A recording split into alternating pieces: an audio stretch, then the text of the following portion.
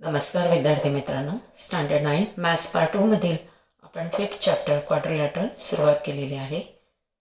आपण प्रथम पॅरलेलोग्रामच्या प्रॉपर्टीज आणि त्यावर आधारित प्रॅक्टिस सेट 5.1 सॉल्व केला. त्यानंतर पॅरलेलोग्रामच्या टेस्ट आणि त्यावर आधारित प्रॅक्टिस सेट 5.2 सॉल्व केला. मग आपण रेक्टँगल, स्क्वेअर आणि रोम्बसच्या प्रॉपर्टीज आणि त्यावर आधारित प्रॅक्टिस सेट 5.3 सॉल्व केला. आता आपण एक अजून टाईप पाहणार आहोत, ट्रॅपेझियम, आणि त्यावर आधारित 5.4 सॉल्व करणार आहोत. प्रथम बघूया ट्रॅपेझियम. इथे क्वाड्रिलॅटरल ABCD हा ड्रॉ केलेला आहे, ज्यामध्ये अपोजिट साईड्स बघा, साईड AB ची अपोजिट साईड आहे CD, साईड BC ची अपोजिट साईड AD आहे. Side AB parallel side CD draw केलेला आहे आणि ही एकच पेअर पॅरलल आहे, दुसरी पेअर ही नॉन पॅरलल आहे. अशा वेळेस क्वाड्रिलॅटरल ABCD हा ट्रॅपेझियम आहे. म्हणजेच in a quadrilateral if only one pair of opposite sides are parallel then the given quadrilateral is a trapezium. आता मीडियन ऑफ अ ट्रॅपेझियम म्हणजे काय, तर if we take M and N are the mid points of non parallel sides, म्हणजे PS आणि QR ह्या non parallel sides आहेत आणि M आणि N ह्या त्याचे मिड पॉईंट्स आहेत. अशा वेळेस the segment joining the mid points of the non parallel sides is called as median of a trapezium. त्यानंतर पाहूया आपण आयसोस्केलेस ट्रॅपेझियम. म्हणजेच if non parallel sides in a trapezium are congruent, म्हणजेच AD आणि BC equal लेंथच्या असतील तर quadrilateral ABCD हा आयसोस्केलेस ट्रॅपेझियम आहे. इथे प्रॉपर्टीज कोणकोणत्या आहेत, तर आयसोस्केलेस ट्रॅपेझियममध्ये अँगल D जो आहे तो अँगल Cला कॉन्ग्रुएंट आहे, अँगल A जो आहे तो अँगल Bला कॉन्ग्रुएंट आहे आणि त्याचबरोबर डायगोनल AC आणि डायगोनल BD हे सुद्धा कॉन्ग्रुएंट आहेत. ही आयसोस्केलेस ट्रॅपेझियमची प्रॉपर्टी आहे.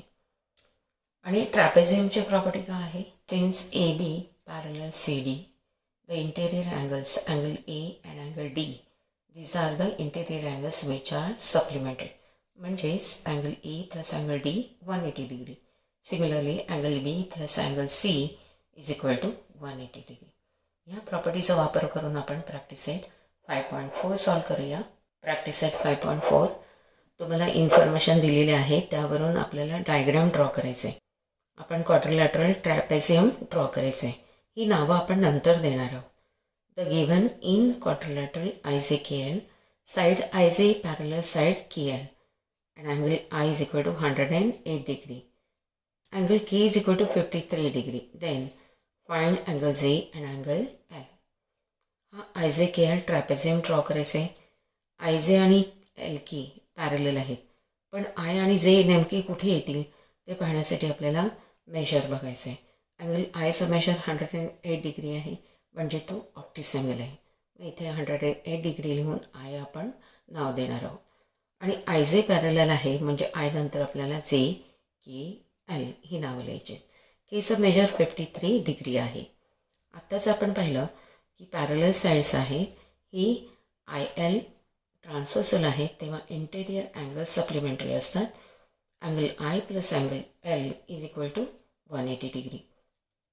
म्हणजेच Lचं मेजर हे 180 minus 108 degree which is equal to 72 degree.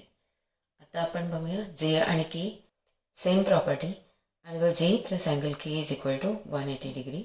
therefore angle J is equal to 180 minus 53 degree that is equal to 127 degree. आता इथे angle J plus angle K is equal to 180 degree reason लिहिलेला आहे. therefore angle J plus 53 degree दिला इथे is equal to 180 degree. Hence angle J is equal to 180 minus 53 degree which is equal to 127 degree. आता आपण second example पाहूया. Second एक्झाम्पलमध्ये सुद्धा diagram आपण draw करणार आहोत. गिवन दिलेला आहे quadrilateral ABCD is a trapezium. का ट्रॅपेझियम आहे, कारण त्याची एक पेअर अपोजिट साईडची पॅरलल दिलेली आणि दुसरी पेअर जी आहे नॉन पॅरलल ती कॉन्ग्रुएंट दिलेली आहे. मग आता इथे अँगल Aचा मेजर आहे 72 डिग्री, म्हणजेच हा अँगल ए काय आहे, ॲक्यूट अँगल आहे. मग आपण इथून सुरुवात करूया. अँगल ए 72 डिग्री आहे. एचं मेशर लिहिलं. आता B C parallel A D आहे, म्हणजे ए नंतर इथे डी येणार. A D parallel B C आहे. आता इथे बघा क्लॉकवाईज डिरेक्शनने आपण आहोत लिहूया. ए बी सी डी बरोबर आले. आता विचारलेलं आहे अँगल बी आणि अँगल डीचं मेशर, पण त्याबरोबर दिलेलं आहे side A B congruent side C D, म्हणजेच non parallel sides are congruent, therefore it is an isosceles trapezium. आणि त्याची प्रॉपर्टी काय आहे, the base angles are congruent, angle A congruent angle D. त्याचबरोबर angle B congruent angle C. आपल्याला B आणि डीचं measure find करायचं आहे. म्हणजे D is equal to 72 degree आणि बीचं मेशर फाइंड करताना angle A plus angle B is equal to 180 degree घ्यायची आहे.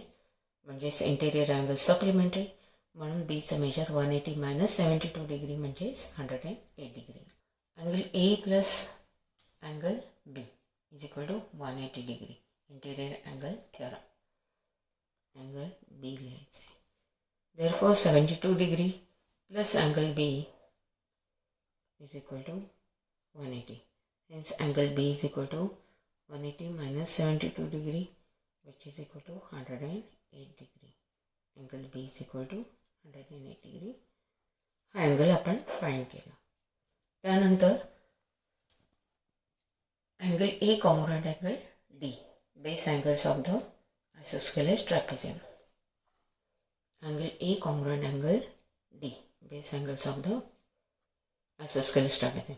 Congruent angles measure पण equal, म्हणजेच त्यांचे measures equal. measure angle D, but measure angle A is equal to 72 degree. Therefore measure angle D is also equal to 72 degree. Third example बघा. In quadrilateral A B C D ही figure दिलेली आहे. A B C D हा क्वाड्रिलॅटरलमध्ये B C parallel A D आहे. Seg A B congruent seg C D and also B C is less than A D. A डीपेक्षा A B C लहान आहे. अशा वेळेस प्रूव्ह करायचं आहे अँगल ए बी सी म्हणजे हा angle congruent angle D C B, म्हणजे ह्या अँगलची कॉन्ग्रुएंट आहे. आता हा आयसोस्केलेस ट्रॅपेझियम आहे आणि आत्ताच आपण पाहिलं की बेस अँगल्स कॉन्ग्रुएंट म्हणजे angle A congruent angle D. पण ह्या दोघांची सम किती आहे, angle A plus angle B 180 degree, angle D plus angle C सुद्धा 180 डिग्री. म्हणजेच angle A plus angle B is equal to angle D plus angle C. A आणि D तुम्ही cancel केले, इक्वल आहेत म्हणून, तर आपल्याला काय मिळेल, angle B equal to angle C मिळेल. पण प्रथम आपण दाखवणार आहोत की angle A congruent angle D. त्यासाठी कन्स्ट्रक्शन आहे draw seg C E parallel to seg A B. A बीला बरोबर पॅरलल ए बीला पॅरलल सी ड्रॉ केली. आता हा quadrilateral A B C E जो आहे त्यामध्ये B C parallel A given and seg A B parallel seg E C by construction. Therefore quadrilateral A B C E हा पॅरलेलोग्राम आहे आणि पॅरलेलोग्रामच्या ऑपोजिट साईड्स इक्वल असतात. A B congruent to C, but seg A B congruent seg C D, therefore C D is congruent to C E. म्हणजे हा isosceles triangle झाला. Angle C ए D आणि angle C D हे दोन्ही equal angles. पण seg A B parallel seg C E by construction and seg A D is the transversal. Therefore angle B A E, this angle is congruent angle C E D, ह्या अँगलची congruent आहे by corresponding angle theorem. Therefore angle A congruent angle D. आता हे example आपण given to prove ह्या फॉर्ममध्ये लिहिलं. त्यानंतर प्रूफ इथे तुम्ही कन्स्ट्रक्शन म्हणून लिहिलं तरी चालेल. Draw seg C E parallel side B A. Draw seg CE parallel side BA. Intersecting side AD at point E. A dash D. Then in quadrilateral ABCE. Seg BC parallel seg A given. Seg AB parallel seg CE by construction. Therefore, quadrilateral ABCA is a parallelogram.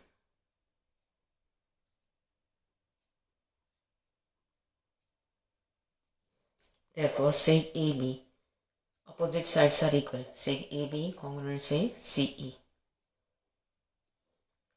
And angle BAE, angle BAE congruent angle CED by corresponding angle theorem. Angle BAE congruent angle CED by corresponding angle theorem. Now seg AB congruent seg CD given. Therefore seg CE congruent seg CD. आता दोन side equal झाल्या त्यामुळे triangle CED हा isosceles triangle झाला. Isosceles ट्रायंगलचे base angles congruent असतात by isosceles triangle theorem. Therefore angle CED congruent angle CDE. Hence angle BAE congruent angle, बघा angle BAE CED ला congruent आहे आणि CED हा CDE ला congruent आहे. Therefore angle BAE congruent angle CDE. That is angle BAD. BAE पुढे आपण extend केला कारण A dash D आहे म्हणजे AE म्हणजेच AD. Therefore angle BAE म्हणजेच angle BAD congruent angle CDE म्हणजेच angle CDE. Therefore angle BAD congruent angle CDE म्हणजेच angle A congruent angle D मिळाला. congruent angle D 1 letter name लिहिलेलं आहे. Base angles आपल्याला कॉन्ग्रुएंट मिळाले. आता angle A plus angle B adjacent angles parallel लाईन्समधले हे इंटेरियर अँगल्स आहेत, त्यांची sum 180 degree. Angle D plus angle C is also equal to 180 degree by interior angle theorem. Therefore angle A plus angle B is equal to angle D plus angle C. पण angle A आणि angle D आत्ताच congruent दाखवले, मी त्याला cancel केलं तर angle B is equal to angle C मिळाले. आणि हेच आपल्याला प्रूव्ह करायचं आहे. तर angle A B C congruent angle D C A congruent angle D C B हेच प्रूव्ह करायचं होतं. विद्यार्थी मित्रांनो 5.4 आता आपण कंप्लीट केला. पुढील भाग आपण नेक्स्ट व्हिडिओमध्ये पाहणार आहोत. धन्यवाद.